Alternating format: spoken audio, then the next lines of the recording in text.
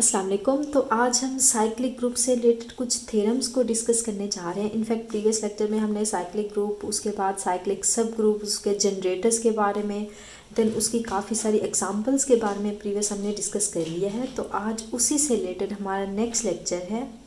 इसमें हम cyclic group से रिलेटेड बहुत सारे थ्योरम्स को डिस्कस करेंगे। इनफैक्ट ये थ्योरम्स मैंने डिफरेंट बुक से कलेक्ट किए हैं। तो चलें इसको स्टार्ट करते हैं, देख लेते हैं। हमारा फर्स्ट थ्योरम है कि जी अगर एक साइक्लिक ग्रुप है, जी इज साइक्लिक। अब जो ये सैम्पल राइट किया हुआ है, ये इफ़ एंड ओनली इफ़ का नेसेसिटी एंड सफिशिएंट कंडीशन भी इसको कहते हैं।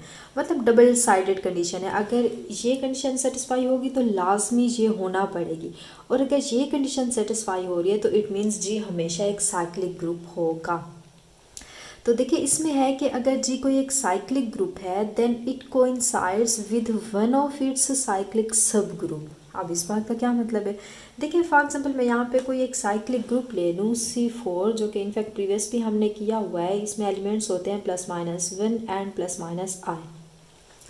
अच्छा, अब इसके पॉसिबल सब ग्रुप्स की अगर हम बात करें, क्योंकि ये थ्योरम में सब ग्रुप्स की बात हो रही है। सब ग्रुप्स इसके देखें, हमने प्रीवियस किया हुआ है कि अगर मैं इसमें एलिमेंट एक 1 है सिंगल, इससे जनरेट करूं तो मेरा सब ग्रुप जस्ट एक आइडेंटिटी एलिमेंट यहाँ पे देता है। इसके जनरेटर्स की बात करें, सेम अगर मैं यहाँ से एक सब ग्रुप और जनरेट करूँ, यहाँ से आई से चलें जनरेट कर लेते हैं। इनफैक्ट इसका +-1 भी एक सब ग्रुप होता है, 1 भी इसका एक सब ग्रुप है जिसमें जस्ट आइडेंटिटी एलिमेंट पड़ा है। एक और इसमें सब ग्रुप आता है कि अगर ऐसा ग्रुप जिसको मैं आई से जस्ट जनरेट करूँ, आई से या -i से, दोनों ये इसके जनरेटर है। तो देखिए इसमें किस तरह के एलिमेंट होंगे। आई के हम हाईएस्ट पावर्स लेते जाते हैं। तो आई की देखिए हाईएस्ट पावर, सबसे पहले मैं 1 से स्टार्ट करूँ, i⁻1 तो अगेन 1 आंसर देगा।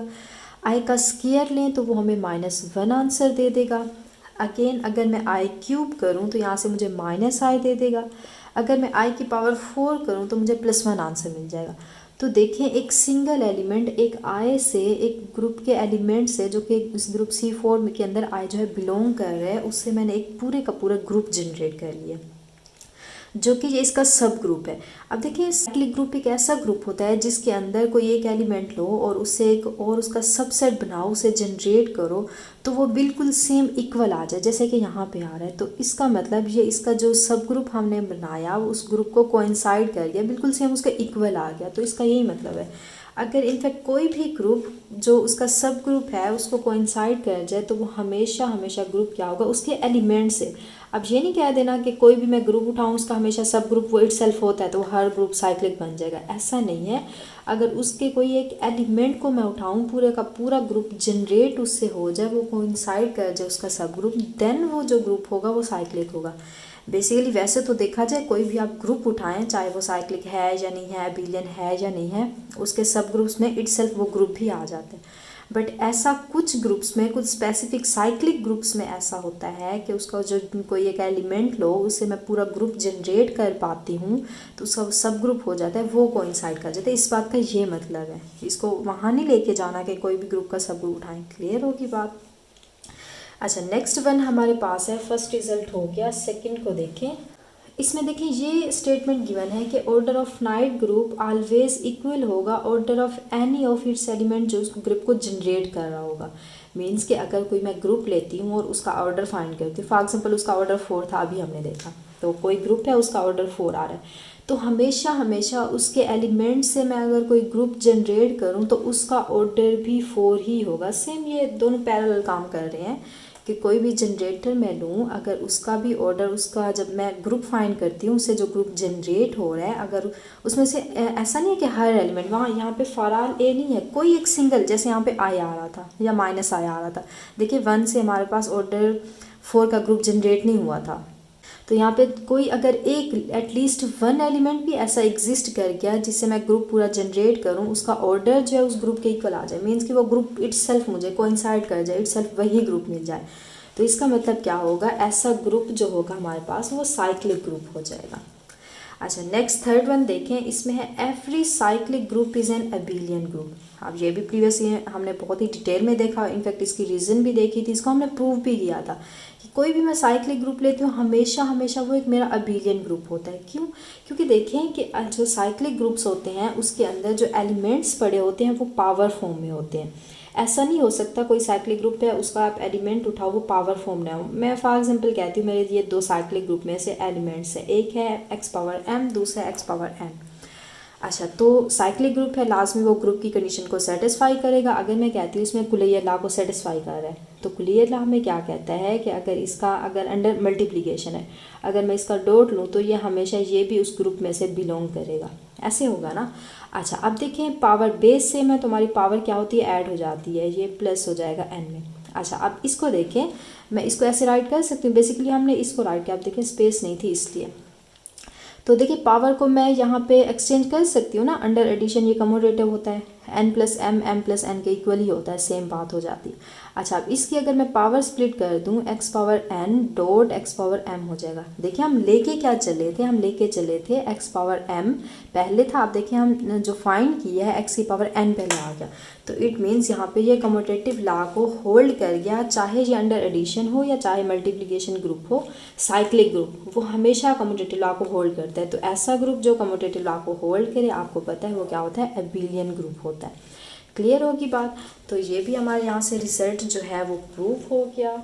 अच्छा, नेक्स्ट वन है 4 को देखें, an abelian group of order n, कोई मैं एक अबिलियन ग्रुप ले लूँ जिसका ऑर्डर n आ रहा है। अच्छा, तो वो क्या होगा, साइक्लिक होगा। कब होगा, अब देखें हर एबिलियन ग्रुप, अब देखें इसके ये रेसिप्रोकल आ गया, इसका कन्वर्स एग्जिस्ट करता है या नहीं करता, ये हम देखना चाह रहे हैं। हमने ये बात की, इनफैक्ट ये भी प्रीवियस लेक्चर में हमने डिटेल में किया हुआ है कि अगर कोई मैं साइक्लिक ग्रुप उठाऊँ हमेशा हमेशा वो एबिलियन होगा।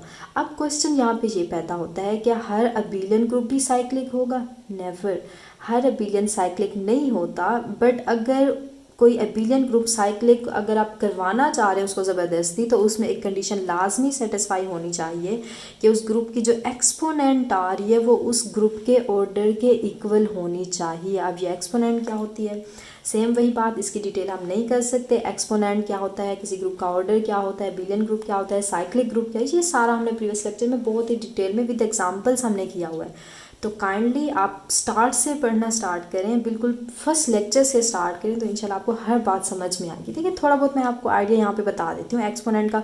बेसिकली ये तीनों जो थ्योरम्स है पैरेलल वर्क कर रहे हैं, जो चारों थ्योरम्स है। एक्सपोनेंट का ये मतलब है सकते हैं कि कोई भी ग्रुप है, आइडेंटिटी के अलावा अगर उस ग्रुप के हर एलिमेंट का ऑर्डर जो है वो इक्वल आ रहा है उस ग्रुप के ऑर्डर के। आप देखें इसकी एग्जांपल्स भी प्रीवियस हमने की हुई हैं, तो इसलिए मैं इसकी एग्जांपल्स पे नहीं जा रही, जस्ट मैंने रिकॉल कर दिया एक्सपोनेंट क्या होती है। अगर अगेन वही बात इसकी डिटेल करनी है तो आप लाजमी प्रीवियस लेक्चर देखें। इनफैक्ट इन दोनों थ्योरम्स को डिटेल में हमने प्रीवियस किया हुआ है, तो यहाँ साइक्लिक ग्रुप के थ्योरम्स की बात हो रही थी तो मैंने इसको इंक्लूड भी कर दिया साथ में। क्लियर होगी बात, जस्ट वर्डिंग का डिफरेंस है, इसमें एक्सपोनेंट को इन्वॉल्व कर दिया, बात ये वही है। तो इसका मतलब क्या हुआ, कोई एबिलियन ग्रुप हमारा साइक्लिक उस वक्त होगा जब उस ग्रुप की जो एक्सपोनेंट है वो उस ग्रुप के ऑर्डर के इक्वल आ जाए। अगर ग्रुप का ऑर्डर n है तो उसकी एक्सपोनेंट n होगी, देन हम कह सकते हैं वो मेरा जो एबिलियन ग्रुप था वो एक साइक्लिक ग्रुप लाजमी होगा। डबल साइडेड कंडीशन है, अगर ये ग्रुप हमारा एबिलियन है तो एबिलियन साइक्लिक अगर बन गया तो उसकी एक्सपोनेंट लाजमी n होगी। और अगर किसी ग्रुप की एक्सपोनेंट n आ रही है तो उस ग्रुप का ऑर्डर भी n है, तो हमेशा हमेशा वो एबिलियन ग्रुप क्या होगा, साइक्लिक। डबल साइडेड कंडीशन है, इफ़ एंड ओनली इफ के साथ है। अच्छा, नेक्स्ट वन देखें कि 5 को हम देख लेते हैं। अगर जी हमारा कोई इन्फिनिट साइक्लिक ग्रुप है, अब इन्फिनिट ऑर्डर का है, उसका ऑर्डर हमें नहीं पता, उसमें बहुत सारे एलिमेंट्स इन्फिनिट आ रहे हैं। अच्छा, और उसका मैं कहती हूँ अगर ए जो है उस ग्रुप को जनरेट कर रहा है, a is generator, then no two distinct powers of a can be equal. सारी सी बात है। अच्छा, अब देखें साइक्लिक ग्रुप में हमने क्या बात की थी कि जो हमारे एलिमेंट्स होते हैं हमेशा वो पावर फॉर्म में होते हैं। अभी हमने देखा है कि ए की पावर m अगर मैं ले लूँ और दूसरा एलिमेंट ए की पावर n ले लूँ। अच्छा, अगर तो ये होता है हमारा फिनाइट ग्रुप, तो कहीं ना कहीं पे ये पावर जो है हमारी इक्वल आ जाती है। ऐसे होता है ना कि पावर इक्वल आ जाती है, तो वहाँ पे वो सर्कल कंप्लीट हो जाता है। साइकिल जब कंप्लीट होता है साइक्लिक ग्रुप के अंदर, जब अगर फिनाइट ग्रुप हो, फिनाइट की बात कर रही हूँ, तो एलिमेंट्स रिपीट होना स्टार्ट हो जाते हैं, उसका ऑर्डर n हो जाता है अगर फिनाइट ग्रुप है। अगर मेरा ग्रुप इन्फिनिट है, इनफैक्ट उसका ऑर्डर भी हम कह सकते हैं कि कोई स्पेसिफिक एलिमेंट नहीं हो सकता, इन्फिनिट साइक्लिक ग्रुप का ऑर्डर भी इन्फिनिट होता है। वो ये कह रहे हैं कि अगर हमारा साइक्लिक ग्रुप इन्फिनिट है तो उसके अंदर कोई भी दो एलिमेंट्स इक्वल भी नहीं होंगे, हमेशा वो डिस्टिंक्ट होंगे। अब देखिए अगर मैं इसको इक्वल कर दूँ फिर क्या होगा, अगर मैं इसको इक्वल कर दूं तो देखें ये आइडेंटिटी एलिमेंट हमें दे देगा। अगर मैं m माइनस ए की पावर n अगर दूसरी साइड पे ले आए तो माइनस पावर हो जाएगी। तो देखें हम यहाँ से हमें अंडर एडिशन है तो 0 दे देगा आंसर, अंडर मल्टीप्लिकेशन है तो आंसर 1 दे देगा। अगर इन जनरल बात करें तो आइडेंटिटी मिल जाएगी। तो आप देखें अगर मैं कहती हूँ किसी एलिमेंट की पावर मैंने हाईएस्ट ऐसे ली कि मुझे आइडेंटिटी एलिमेंट मिल गया, तो ये तो ऑर्डर की डेफिनेशन है। तो इट मीन्स इस ग्रुप का हमारा ऑर्डर क्या बन गया, m माइनस n बन गया, जो कि एक यहाँ पे फिनाइट एलिमेंट है। तो ऐसा तो पॉसिबल ही नहीं है कि कोई इन्फिनिट आप साइक्लिक ग्रुप लें उसका ऑर्डर जो है वो फिनाइट एलिमेंट आ जाए, नेवर। तो इससे हमें क्या पता चला, कंट्राडिक्शन आ गई कि दो एलिमेंट्स हमेशा डिस्टिंक्ट होंगे, इक्वल नहीं हो सकते। अगर कहीं पे कोई दो एलिमेंट्स इक्वल आ रहे हैं साइक्लिक ग्रुप के अंदर तो आप वहाँ पे समझ जाना है कि वो हमारा ग्रुप जो है वो फिनाइट है, इन्फिनिट नहीं है। इन्फिनिट में हमेशा हर एलिमेंट एक दूसरे से डिस्टिंक्ट होगा। कोई भी दो एलिमेंट्स उसकी पावर जो है वो सेम नहीं हो सकती, हमेशा वो डिस्टिंक्ट पावर के साथ होंगे। क्लियर होगी बात। और ये भी प्रीवियस हमने देखा है कि इन्फिनिट साइक्लिक ग्रुप के हमेशा दो जनरेटर एग्जिस्ट करते हैं। एक तो ए होता है और दूसरा उसका इन्वर्स एग्जिस्ट करता है, वो उसको जनरेट करता है ग्रुप को। अच्छा नेक्स्ट वन देखिए, एवरी सब ग्रुप ऑफ अ साइक्लिक। ये तो जाहिर सी बात है, ये भी प्रीवियस हमने किया था कि कोई भी साइक्लिक ग्रुप अगर है उसका अगर आप सब ग्रुप लेते हैं तो हमेशा क्या होगा, साइक्लिक ग्रुप होगा। अच्छा नेक्स्ट यहाँ पे बात आ रही है होमोमॉर्फिज्म की, आइसोमॉर्फिज्म की। अब यहाँ पे थोड़ा मैं आपको बताती जाऊँगी, बट इनकी जो डिटेल है वो इंशाल्लाह हम नेक्स्ट लेक्चर्स में करेंगे। आप देखिए इसमें क्या कह रहे हैं कि एक होमोमॉर्फिक इमेज है किसी साइक्लिक ग्रुप की अगर मैं लेती हूँ तो वो हमेशा साइक्लिक होगी। जाहिर सी बात है, अगर मैं कोई एक ग्रुप लेती हूँ जो कि साइक्लिक है और अगर मैं उसकी होमोमॉर्फिक इमेज लेती हूँ, होमोमॉर्फिक इमेज के फाई ऑफ ए बी है, ए बी कोई ग्रुप में से एलिमेंट बिलोंग कर रहे हैं, अगर वो इक्वल आ जाता है phi of A and phi of B. Again वही बात, आइसोमॉर्फिक इमेज क्या होती है इसको हम डिटेल में नहीं कर सकते, इंशाल्लाह ये हम नेक्स्ट लेक्चर्स में करेंगे। जस्ट फिलहाल आप इतना याद रख लें, इंशाल्लाह मैं जब ये करवाऊंगी तब आपको ये रिकॉल भी करवा दूंगी कि कोई भी अगर मैं साइक्लिक ग्रुप लेती हूँ उसकी होमोमॉर्फिक इमेज लेती हूँ, उससे जो एक ग्रुप जनरेट होगा वो भी हमेशा एक साइक्लिक ग्रुप है। जस्ट फिलहाल आप इसको इतना रिमाइंड कर लें, इतना याद रख लें। अच्छा नेक्स्ट आ रहा है any two cyclic groups of same order are isomorphic. अब अगर दो कोई आप साइक्लिक ग्रुप्स लेते हैं जिसका ऑर्डर जो है 4 आ रहा है, फॉर एग्जाम्पल मैं कहती हूँ मेरे पास एक C4 ग्रुप है, इसका ऑर्डर आपको पता है क्या होता है, 4 होता है। अच्छा अब नेक्स्ट मैं C4 ले लेती हूँ और इसका भी ऑर्डर आपको पता है 4 होता है। तो अब देखिए जो भी अंडर एडिशन है या अंडर मल्टीप्लिकेशन, इनफैक्ट ये मल्टीप्लिकेशन है इसको भी आप ले लें, देखिए इसमें भी आइडेंटिटी बिलोंग कर रही होगी, इसमें भी कर रही होगी, इसमें भी इन्वर्सेस होंगे, इसमें भी इन्वर्सेस, हर चीज़ देखिए एक दूसरे के आइसोमॉर्फिक आ रही है। और अगर एबिलियन ग्रुप इसमें सेटिस्फाई कम्यूटेटिव लॉ होल्डर है तो इसमें भी हो रहा होगा, अगर इसके कोई जनरेटर्स हैं तो इसके भी जो देखिए पैरेलल वर्क कर रही हैं। तो इसका मतलब कि अगर दो कोई आप साइक्लिक ग्रुप्स लेते हैं जिसके ऑर्डर हमेशा ये देखें ऑर्डर सेम होने चाहिए, अगर ऑर्डर सेम आ रहे हैं तो हमेशा वो दोनों क्या होंगे, एक दूसरे के आइसोमॉर्फिक। अब इसमें बड़ा इजीली आप बाइजेक्टिव को प्रूव कर सकते हैं कि 1 कोरिस्पोंडिंग इसमें होगी। आइसोमॉर्फिक में क्या होता है कि इमेज हमारी जो वो ग्रुप है वो एक तो होमोमॉर्फिक इमेज बनाता हो और उसके बाद आइसोमॉर्फिक में 2 कंडीशन आती है, एक वो होमोमॉर्फिक हो, phi of a b equal हो phi of a, phi of b, और सेकंड कंडीशन होती है बाइजेक्टिव हो। बाइजेक्टिव तो इजीली यहाँ से प्रूव हो जाएगा, 1 to 1 कोरिस्पोंडिंग इसमें होती है। अच्छा तो इसकी भी इंशाल्लाह डिटेल जब हम आइसोमॉर्फिक करेंगे तब करेंगे। फिलहाल आप ये याद रखें अगर कोई दो साइक्लिक ग्रुप्स हैं, ये याद रखें साइक्लिक ग्रुप नहीं, एबिलियन भी नहीं, साइक्लिक होने चाहिए, और उन दोनों का ऑर्डर अगर सेम है तो हमेशा वो क्या होंगे, एक दूसरे के आइसोमॉर्फिक होंगे। अच्छा नेक्स्ट वन है 9, इसमें देखें ग्रुप ऑफ प्राइम ऑर्डर।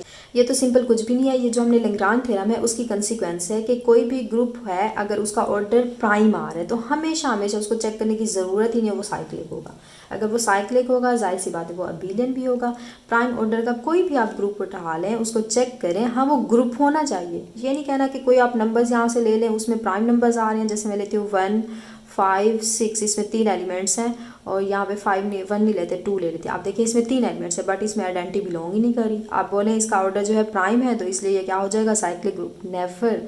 वो हमेशा ग्रुप होना चाहिए। क्लियर होगी बात। तो कोई ग्रुप, अगेन देखें ग्रुप के अंदर 4 कंडीशन सेटिस्फाई होती हैं। अगर कोई ग्रुप प्राइम ऑर्डर का है तो वो हमेशा साइक्लिक होगा, ये बता रहे हैं।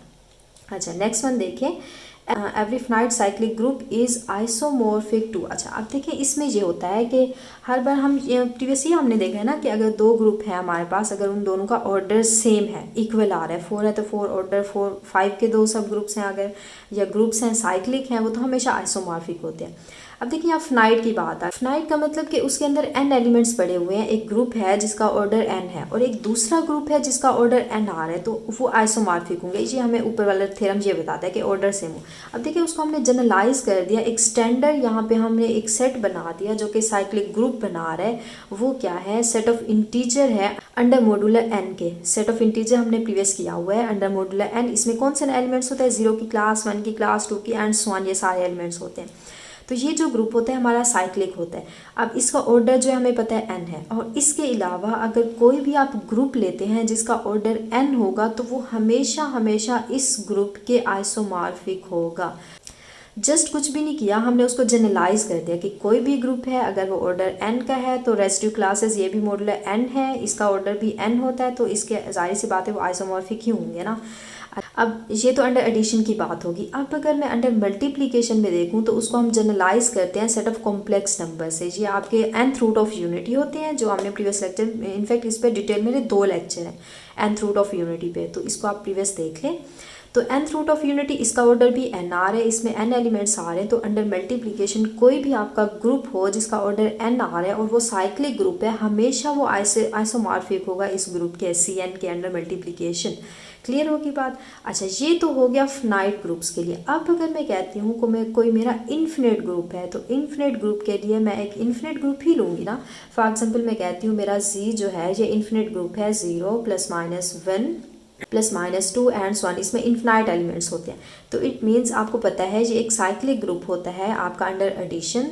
तो इन्फिनिट ग्रुप कोई भी आपका साइक्लिक ग्रुप हो, इन्फिनिट उसका ऑर्डर है और वो साइक्लिक ग्रुप है, तो हमेशा हमेशा उसको हमने जनरलाइज कर दिया, एक स्टैंडर्ड उसमें हमने ये एक सेट इंक्लूड कर दिया, एक ग्रुप जो कि साइक्लिक ग्रुप है।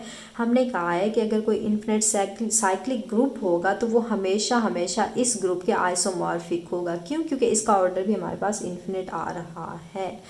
क्लियर होगी बात। तो अब यहाँ पे आपकी जो थ्योरम की सीरीज़ हमने स्टार्ट की है ये एंड नहीं हुई, इनफैक्ट ये अभी स्टार्ट हुई है। अभी तक हमने जस्ट 11 थ्योरम्स किए हैं, तो इंशाल्लाह नेक्स्ट लेक्चर में हम साइक्लिक ग्रुप से रिलेटेड और भी थ्योरम्स को करेंगे। अब यहाँ पे स्पेस नहीं थी, लेक्चर भी काफ़ी लेंथी हो जाता तो आप भी बोर हो जाते, तो इसलिए मैंने इसको पार्ट्स में डिवाइड कर दिया। तो चलिए फिर आज के लिए इतना ही काफ़ी, नेक्स्ट आप वेट करें, इंशाल्लाह नेक्स्ट लेक्चर के अंदर हम थ्योरम नंबर 12 से स्टार्ट करेंगे। ओके, अल्लाह हाफिज़।